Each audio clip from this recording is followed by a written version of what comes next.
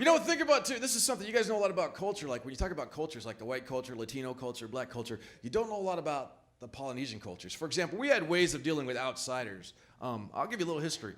The ritual we used to deal with outsiders, people trying to conquer us, was called cannibalism. That's right, we used to eat people. Think about it, we ate people. It was a warrior mentality.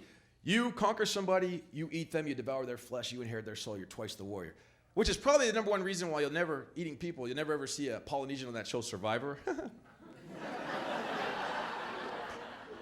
Think about it, I bet he'd be the only one that gained weight after a month. Kimo, where's everybody? Yeah, I don't know. Spits out a femur.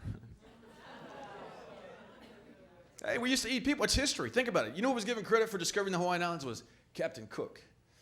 Ironically, we killed him. We ate him. There was another captain that came before him early in the morning. His name was Crunch.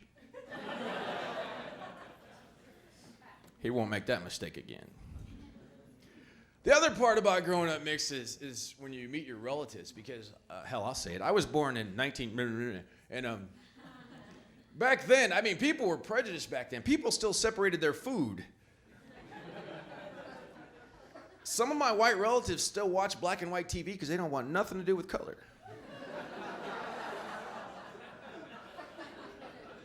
But I'm in the family, so here's this big surprise. Picture this, the first time I go see my relatives, man. I'm going to visit my white relatives who are rednecks that live in Southern Illinois. Imagine their surprise, man. I remember the first time when I went to see them, they were trying to impress me. They took me to a zoo. It wasn't even a real zoo. It was like on somebody's farm. And I knew something was fishy because on the front of the cage it had the name of the animal, and right underneath it had a recipe. Oh, you know my relatives, huh? My uncle's like, boy, we can eat that monkey.